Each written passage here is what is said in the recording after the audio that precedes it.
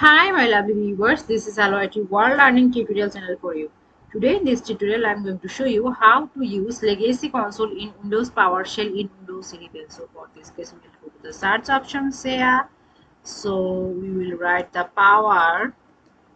See, when you click the power, lots of option has been revealed here. We want the Windows PowerShell. Click here right button and we obviously have to press the run as administrator, not the normal way as like open or something else. So run as administrator, yes, as because we want to change the features of this option. So click the title bar here, right button, properties, we want. So here the option from layout, lots of option has been here. We want legacy console. So yeah, that's the requirement has been here. So when you press this use legacy console, so some features has been unmarked and some every things has been marked. So click, let's see what happened.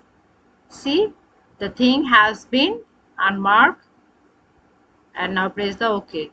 See, in this way we can change this thing. So thank you so much for watching this video. Please subscribe this channel. Hopefully this tutorial will help you so much.